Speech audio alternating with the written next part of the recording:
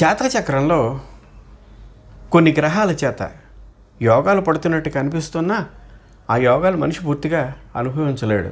దానికి కారణం ఏమిటి? యోగం పట్టకపోవడానికి కారణాలు ఏమిటి? జాతక చక్రంలో ఏ గ్రహము వల్ల యోగము కలుగుతోందో ఆ గ్రహము ఆ జాతకుడికి పడుతుంది, ఆ గ్రహం వల్ల యోగం పడుతుంది అని చెప్పినప్పుడు ఆ చెప్పేటటువంటి జ్యోతిష్యుడు చాలా అంశాలని పరిగణలోకి తీసుకోవాలి. మొదటిది, యోగం పట్టేటటువంటి గ్రహము మీద వ్యయాధిపతి దృష్టి ఉండకూడదు. వ్యయాధిపత్యం ముందు ఆ జాతక చక్రంలో వ్యయాధిపతి ఎవరు అని పరిశీలించి ఆ వ్యయాధిపతి ఎక్కడున్నాడు, వేటి మీద వ్యయాధిపతి ప్రభావం ఉంది అనే విషయం మొదట జాతక చక్రంలో ప్రధానంగా పరిశీలించాలి. ప్రధానమైనటువంటిది అక్కడ ఏ యోగం పట్టడానికైనా సరే వ్యయాధిపతి ముఖ్యం. వ్యయాధిపతి దృష్టి పడకూడదు. ఇక రెండవది, వ్యయంలో రాహు ఉండకూడదు. మొత్తం 9 గ్రహాల్లోనూ కూడా కేతువు ఉండొచ్చు కానీ రాహు మాత్రం ఖచ్చితంగా ఉండకూడదు. పట్టవలసినటువంటి యోగములు కూడా పట్టవు. ఒకవేళ పట్టిన అవయోగాలు అవుతూ ఉంటాయి. ఇంక మూడవది, గ్రహ దృష్టి, వ్యయాధిపతి దృష్టి అసలు పడకూడదు. ఇక్కడ ముందు వ్యయంలో ఉండేటువంటి గ్రహం ఏమిటో పరిశీలించాలి. అదే కాకుండా ఈ జాతక చక్రంలో దుష్ట గ్రహాలు ఏవి, దుష్ట స్థానంలో ఉండే గ్రహాలు ఏవి, నైసర్గిక శుభత్వం, నైసర్గిక పాపత్వం, పాపుల యొక్క దృష్టి ఈ యోగకారక గ్రహం మీద పడకూడదు. ఈ దృష్టి మళ్ళీ 2 రకాలు, సామాన్యమైనటువంటి దృష్టి, విశేషమైనటువంటి దృష్టి. సామాన్యమైనటువంటి దృష్టి సప్తమం, ఇది పెద్ద ప్రభావం కాదు, అవయోగము కలుగుతుంది. ఆ గ్రహములకు సంబంధించినటువంటి దృష్టి పడినటువంటి గ్రహం యొక్క దశ అంతర్దశలు వెళ్ళిపోయిన తర్వాత యోగం పట్టవచ్చు. కానీ ఇక్కడ ఈ దృష్టి మళ్ళీ విశేష దృష్టి అయినట్టయితే, ఉదాహరణకి ఈ 3 గ్రహాలు, కుజుడికి 4, 8, తర్వాత గురుడికి 5, 9, శనికి 3, 10 ఈ విశేష దృష్టిలు ఉన్నాయి. వీటిల్లో ప్రబలమైనటువంటి దృష్టిలు ఉంటాయే, వాటి వల్ల ప్రమాదం ఎక్కువ ఉంటుంది. ఖచ్చితంగా యోగము పట్టదు. అంచేత యోగకారక గ్రహము జాతకగ్రహంలో కనిపిస్తున్నప్పుడు ఈ గ్రహముపై పాపగ్రహముల యొక్క ప్రభావము ఎంతవరకు పడింది. తర్వాత దశ అంతర్దశలు, ఇది చాలా ముఖ్యమైనటువంటిది. ఎప్పుడైనా సరే యోగకారక గ్రహం కనిపించినప్పుడు ఆ యోగము ఏ గ్రహము యొక్క తన యొక్క ప్రభావాన్ని చూపించాలన్నా అది దాని దశ అంతర్దశల్లో చూపిస్తుంది. దశ అంతర్దశలు ఎప్పుడు వస్తే అప్పుడు ఆ కాలంలో యోగం పడుతుంది. ఉదాహరణకి వైద్య విద్యక కారకుడు రాహు. ఈ రాహు ఈ విద్యాస్థానంలో ఉన్నట్టయితే, అంటే ద్వితీయము కానీ చతుర్థము కానీ ఉన్నట్టయితే, రాహు వైద్య విద్య సకాలంలో వచ్చినట్టయితే యోగం పడుతుంది. సకాలంలో రావడం అంటే నిజానికి డాక్టర్ చదువుతాడు, 4-5 సంవత్సరాల ప్రాంతంలోనే ఆ రాహు వెళ్ళిపోతే దశ వచ్చి, ఒకవేళ 60 సంవత్సరాలు దాటిన తర్వాత అది ఆ రాహు దశ వచ్చినట్టయితే, జ్యోతిష్యం చెప్పేటటువంటి వాడు యోగకారక గ్రహం ఎదురుగుండా కనిపిస్తున్న ఈ దశ ఎప్పుడు వస్తుంది, సరిగ్గా ఆ దశ వచ్చేటటువంటి సమయమునకే సరిగ్గా ఏ దుష్టగ్రహము యొక్క దృష్టిలో పడినటువంటి ఆ గ్రహం యొక్క దశ అంతర్దశ వచ్చినట్టయితే సంపూర్ణ యోగము పట్టదు. ఆ దశలు ఎప్పుడు వస్తున్నాయి, ఎన్ని అంశాలను పరిశీలించి చెప్పాలి. యోగం పట్టడానికి ఎన్ని కారణాలు ఉంటాయో, పట్టకపోవడానికి అంతకంటే ఎక్కువ కారణాలే ఉంటాయి. అంచేత ఇన్ని అంశాలని పరిశీలించిన తర్వాత కానీ యోగము పడుతుంది అని చెప్పడానికి కుదరదు. గ్రహ దశ, ఆ యోగం పట్టేటటువంటి గ్రహం యొక్క దశ అంతర్దశలతో పాటుగా వాటి మీద పడినటువంటి గ్రహముల యొక్క దృష్టి, కొన్ని దృష్టి ప్రభావముల చేత యోగము ప్రబలమై ఖచ్చితంగా పట్టచ్చు. కొన్ని గ్రహముల యొక్క దృష్టి చేత అది అవయోగమే అసలు పట్టకపోవచ్చు. అంచేత ఈ యోగం పట్టినటువంటి గ్రహం యొక్క దశ అంతర్దశలతో పాటు ఆ దాని మీద పడినటువంటి దృష్టి పడినటువంటి గ్రహముల యొక్క దశ అంతర్దశలు కూడా పరిగణలోకి తీసుకోవాలి, అప్పుడు పడుతుంది. అంచేతే చాలామందికి యోగాలు పట్టకపోవడం జాతచక్రంలో యోగంలో కనిపిస్తూ ఉన్నా ఎంత సూక్ష్మ పరిశీలన చేస్తే ఈ యోగం పడుతుంది అనే విషయం చెప్పాలి. తర్వాత గోచార గ్రహచారాలు, ఇది కూడా ముఖ్యమైనటువంటిదే. ఎప్పుడైనా సరే జాతక చక్రంలో ఒక గ్రహం యోగకారకత్వం కలిగినటువంటిది అయినప్పుడు, దాని అంతర్దశలు వచ్చినప్పుడు ఈ సమయంలో మన జాతకం పరిస్థితి ఏమిటి, మన గోచార పరిస్థితి ఏమిటి? మనిషి 2 రకాల ఫలితాలు ఉంటాయి గ్రహాలకు సంబంధించి, 1 గోచారం, 2 గ్రహచారం. ఇంతకుముందు వీడియోలో చెప్పాను దాన్ని. గ్రహచారం రీత్యా యోగకారమైనటువంటి గ్రహం యొక్క దశ నడుస్తూ ఉన్నప్పుడు ఆ సమయంలో గోచారము రీత్యా, అంటే ప్రస్తుతం నడిచేటటువంటి ఆ గ్రహముల యొక్క స్థితి. అది అశుభగ్రహములైనట్టయితే ఆ యోగము పట్టదు. కుజుడి వల్ల యోగము కలుగుతోంది, ఈ దశలో నాకు వస్తుంది, సరిగ్గా ఇదే సమయంలో ఏలినాటి శని ప్రారంభమైతే నాకు కొన్ని గ్రహాలు ఇచ్చేటటువంటి ఈ గోచరరీత్యా గ్రహాలు ఎక్కువ దీర్ఘకాలం ఉంటాయి. ఉదాహరణకి శని ఏలినాటి శని పట్టిందంటే 7.5 సంవత్సరాలు ఉంటుంది. ఆ సమయంలో ఏలినాటి శని ప్రారంభమైతే గురుడు ఒక్కొక్క రాశిలోనూ ఒక్కొక్క సంవత్సరం ఉంటూ ఉంటాడు. కొన్ని సందర్భాల్లో 3-4 సంవత్సరాల పాటు అసలు యోగమే పట్టదు. గురుడు అవయోగాన్ని చేస్తాడు గోచర రీత్యా. సరిగ్గా ఆ సమయంలో పట్టినట్టయితే గురుడు శని ఒకేసారి ఈ గోచర రీత్యా అవయోగాన్ని కలిగిస్తున్నప్పుడు ఆ సమయంలో ఈ గ్రహం యొక్క దశ పట్టినట్టయితే, ఇంతకుముందు చెప్పినట్టుగా యోగం పట్టడానికి ఎన్ని అంశాలు ఉంటాయో పట్టకపోవడానికి కూడా అన్ని అంశాలనే పరిశీలించాలి. అంచేత పట్టవు. తర్వాత రాశి అంశ చక్రాలను పరిశీలన. ఏదైనా యోగకార గ్రహం రాశి చక్రంలో పడుతున్నప్పుడు ఇదే యోగము అంశలో కూడా పరిశీలించాలి. అంశలో ఉండేటువంటి లగ్నం ఏమిటి, లగ్నం ఆధారంగా చూసిన ఈ గ్రహము ఎక్కడుంది, అది శుభంగా ఉందో అశుభంగా ఉండదా. అంచేత ఇక్కడ సంపూర్ణమైనటువంటి యోగము పట్టడానికి రాశి చక్రంతో పాటు అంశ చక్రంలో కూడా ఈ గ్రహం యొక్క ప్రభావం కనిపించాలి. కనిపిస్తేనే సంపూర్ణ యోగం అవుతుంది, లేకపోతే అవ్వదు. అసంపూర్ణ యోగమై ఈ గ్రహము పట్టనట్టుగా విడిపోతుంది. తర్వాత 3, 6, 8, 11, 12 స్థానముల యొక్క ప్రభావం. యోగం పట్టినటువంటి గ్రహము ఈ స్థానాల్లో ఉండకూడదు. అది యోగం పట్టేటువంటి గ్రహానికి సంబంధించినటువంటిదే, అక్కడ దాంట్లోనే నియమం ఉంటుంది. ఇది కాకుండా ఈ 3 స్థానములు, ఈ 5 స్థానముల యొక్క ఆధిపత్యం కలిగినటువంటి గ్రహముల యొక్క దృష్టి కానీ యుతి కలిసి ఉండడం కానీ జరగకూడదు. అలా జరిగినట్టయితే యోగము పట్టదు. తర్వాత యుతి స్థానమునందు గ్రహము భోక్తము.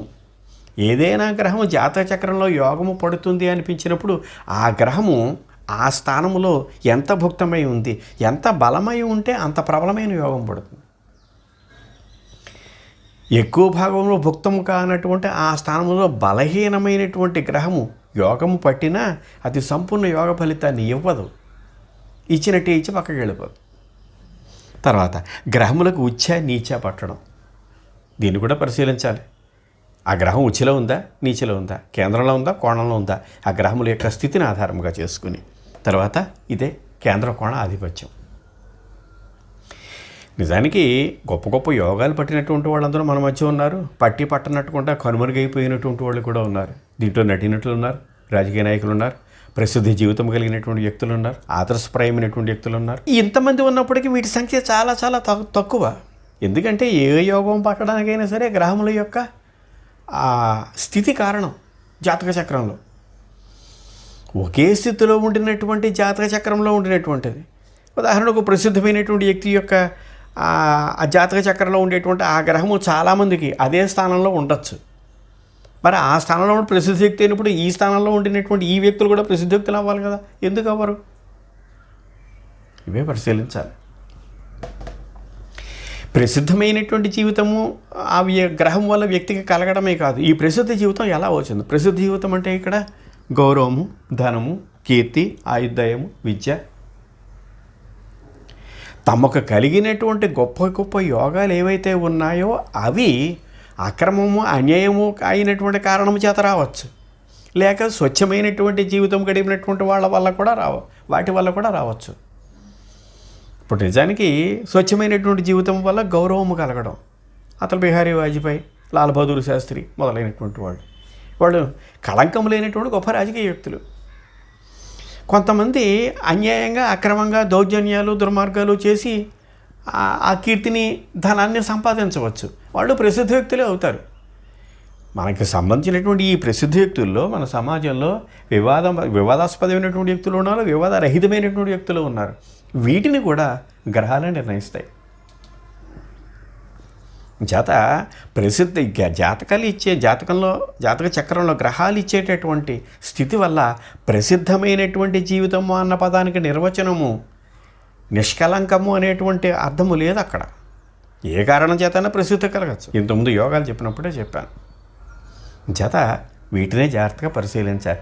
ఏ కారణము చేత ఆ వ్యక్తికి ఆ యోగము పడుతోందో ఎంత ప్రసిద్ధమవుతాడో ఆ ప్రసిద్ధత కీర్తి అనేటటువంటిది వాళ్ళకి ఏ గ్రహములు ఇచ్చేటటువంటి వాటి చేత వస్తాయో అది నిష్కలంకమో కళంకమో అన్ని విషయాలు కూడా చెప్పబడతాయి జాతక చక్రంలో. దానికి కారకత్వం కలిగినటువంటి గ్రహముల యొక్క ప్రభావం చేత ఈ ప్రసిద్ధత అనేటటువంటి దాంతో పాటుగా కళంకము నిష్కళంకము రెండు కూడా కనిపిస్తాయి. పట్టడము పట్టకపోవడం. ఈ మహాపురుష యోగాల్లో ఒక్కొక్క గ్రహం వల్ల ఒక్కొక్క యోగం పడుతూ ఉంటుంది. ఇది ఇంతకుముందు పరిశీలించాం. అయితే ఈ మహాపురుష యోగాలు ఈ 5ంటికి కూడా ప్రధానమైనటువంటిది ఆ గ్రహము కేంద్ర స్థితిలో ఉండడం, ఉచ్ఛలో ఉండడం, స్వక్షేత్రంలో ఉండడం. ఈ 3 ఖచ్చితంగా జరిగి తీరాలి. ఆ స్థితిలో ఉంటేనే పడుతుంది అది. అయితే అంత మాత్రం చేత ఈ మహాపురుష యోగం పట్టదు. ఈ స్వక్షేత్రంలో ఉన్న లేకపోతే కేంద్ర స్థితిలో ఉన్న ఈ గ్రహం మీద యోగకారకం ఏదైతే ఉందో ఈ 5 గ్రహాల్లో ఆ గ్రహం మీద వ్యయాధిపత్య దృష్టి ఉందా, వ్యయాధిపత్య గ్రహం యొక్క దృష్టి ఉందా, లేక ఇతర అష్టమాధిపత్యం యొక్క గ్రహం యొక్క దృష్టి ఉందా, లేక ఏదైనా పాపగ్రహం యొక్క దృష్టి ఉందా, ఈ అంశాలన్నింటినీ పరిశీలించి దృష్టిల గురించి ఇక్కడ చెప్పినటువంటి అంశాలన్నింటినీ కూడా పరిశీలించాలి. పరిశీలించి అది ఎంతవరకు యోగకారకము. అంతేకాకుండా ఇది ఇక్కడ ఈ స్థానంలో స్థితమై ఉన్నప్పుడు దాని బలం ఎంత, ఇంతకుముందు యోగాలు చెప్పినప్పుడే చెప్పాను. బల నిరూపణ చేయాలి. చేసిన తర్వాత కానీ అది చెప్పడానికి లేదు. అంచేత యోగము సంపూర్ణంగా పట్టవచ్చు, పట్టకపోవచ్చు. అలాగే శనిచంద్ర యోగం ఉంది. శనిచంద్రులు ఎక్కడ కలిసినప్పటికీ రాజయోగమే. అయితే ఈ శని నైసర్గిక పాపి, చంద్రుడు నైసర్గిక శుభుడు. ఈ చంద్రుడి యొక్క నైసర్గిక శుభత్వం మనమే నిర్ణయించాలి. మళ్ళీ తిథిని ఆధారంగా చేసుకుని అతను శుభుడని నిర్ణయించిన తర్వాత మళ్ళీ వీళ్ళలో ఒకరికి కేంద్రాధిపత్యం, ఇంకోటి కోణాధిపత్యం. ఎందుకంటే శని నైసర్గిక పాపి, అతనికి కేంద్రాధిపత్యం శుభం. చంద్రుడు నైసర్గిక శుభుడు అనుకుందాం, అతనికి ఈ కేంద్రాధిపత్యం పాపం, కోణాధిపత్యం శుభం.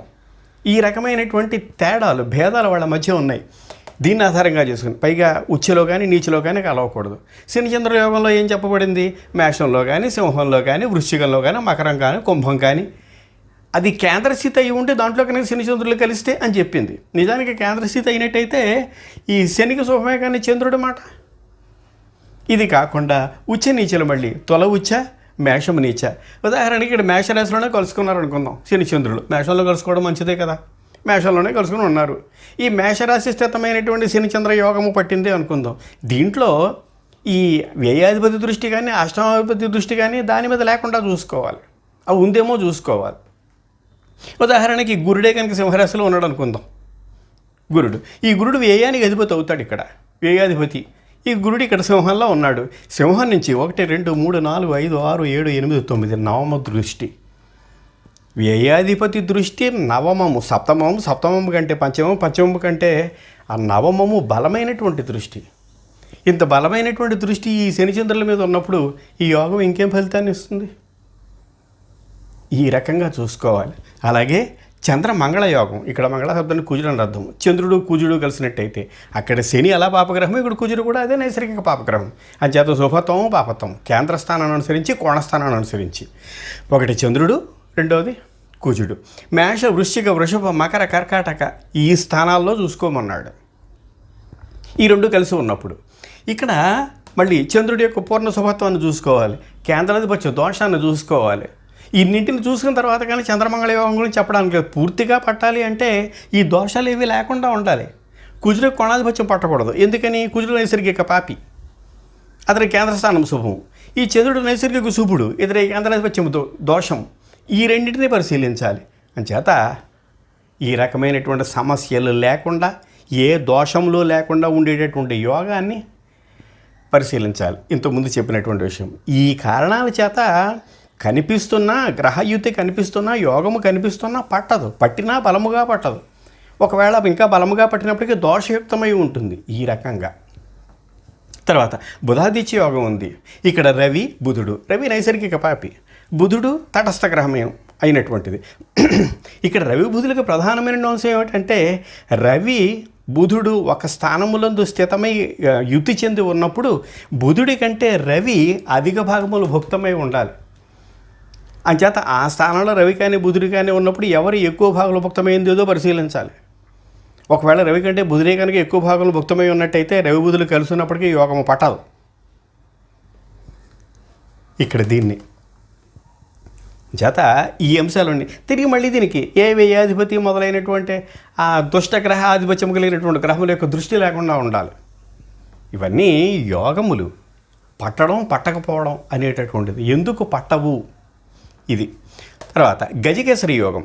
ఇక్కడ దీనికి ఏం చెప్పారు, చంద్రుడికి కేంద్రమందు గురుస్థితి. నిజానికి ఇక్కడ కేంద్రమందు పదాన్ని గమనించండి. ఇక్కడ కేంద్రం అంటే 1, 4, 7, 10 కేంద్రాలు. గురుడు కానీ చంద్రుడు కానీ ఇద్దరూ కూడా నైసర్గిక శుభులు. వీళ్ళకి కేంద్రాధిపత్యం అనేటువంటిది పాపము, దోషము. కానీ ఇక్కడ కేంద్రంలోనే కలవాలి. ఇక్కడ రెండో కండిషన్ ఏమిటి, గురు శుక్రులు ఇద్దరికి సమసప్తకం. ఒకళ్ళు 1లో ఉంటే ఇంకొకళ్ళు 7లో, ఈ రకంగా ఒకళ్ళు 4లో ఉంటే ఇంకొకళ్ళు 10లో, ఇలా పరస్పరం ఎదురెదురుగా ఉన్నా కానీ యోగం పడుతుంది అని పట్టినా ఇక్కడ మళ్ళీ అష్టమాధిపత్యము కానీ తర్వాత వ్యయాధిపత్యము కానీ పట్టినటువంటి గ్రహముల యొక్క దృష్టి పడిందా, ఆ గ్రహములతో కలిసి ఉన్నారా. కేవలము వీళ్ళే కాదు, గురువు శుక్రుడు సమసప్తకంలో ఉన్నా వీటితో పాటు ఏ గ్రహములు కలవకూడదు, యుతి చెంది ఉండకూడదు, ఏ గ్రహంలో యొక్క దృష్టి పడకూడదు. ఇవన్నీ చూసిన తర్వాత కానీ యోగం చెప్పడానికి లేదు. ఎందుకు పట్టట్లేదు అని ఇంతమందికి ఇన్ని రకాల యోగాలు వాళ్ళెవరో చెప్పినట్టుగా 100 కొద్ది యోగాలు పడుతున్నా ఇంతవరకు దాని యొక్క ఫలితముగా సంపూర్ణంగా కనిపిస్తుంది. ఇంత కనిపించినా మళ్ళీ అంశచక్రాన్ని చూసుకోవాల్సిందే కదా. తర్వాత ఇది మాలాయోగం. ఇది శ్రీరామచంద్రుడికి ఉంది. 1, 4, 7, 10 కేంద్రస్థానం ముందు శుభగ్రహ స్థితి. ఇక్కడ శుభగ్రహములు అంటే నైసర్గిక శుభం కలిగినటువంటి గ్రహములు.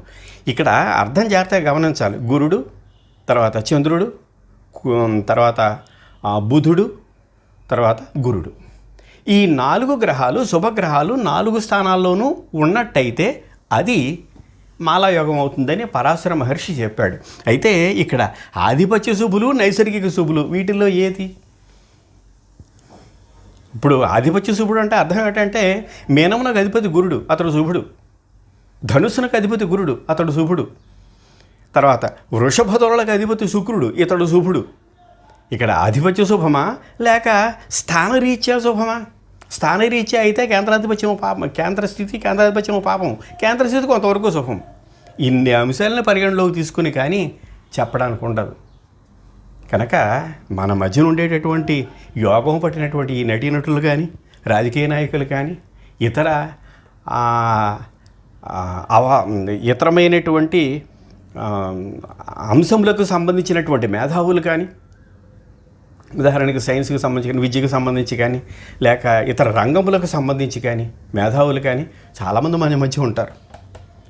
యోగములు పట్టినటువంటి వాళ్ళు, ప్రముఖులైనటువంటి వాళ్ళు, వీళ్ళ మధ్య వివాదాస్పదులైనటువంటి వాళ్ళు, వివాదరహితమైనటువంటి వాళ్ళు. వాటికి కారణము గ్రహములే. ఇవి కారణం. కనుక ఇక్కడ వివాదాస్పదం అవునా కాదా అనే విషయం కూడా గ్రహాలే నిర్ణయిస్తాయి. గ్రహాలు ఇచ్చేటువంటి ఫలితమే. యోగము పట్టిన తర్వాత కూడా కొంతకాలం పోయిన తర్వాత సంపూర్ణ యోగం పట్టచ్చు, ముందర పట్టకపోవచ్చు. ముందర యోగం పట్టి చివరి దశలో అది అవయోగం అవ్వచ్చు. దీనికి కారణము గ్రహముల యొక్క దశ అంతర్దశల యొక్క ఫలితమే. దీనికి మళ్ళీ ఖచ్చితత్వం లేదు దశ అంతర్దశలకి. ఎన్ని అంశాలను పరిగణలోకి తీసుకుని గ్రహాల యొక్క శుభత్వాన్ని పాపత్వాన్ని నిర్ణయించాలి.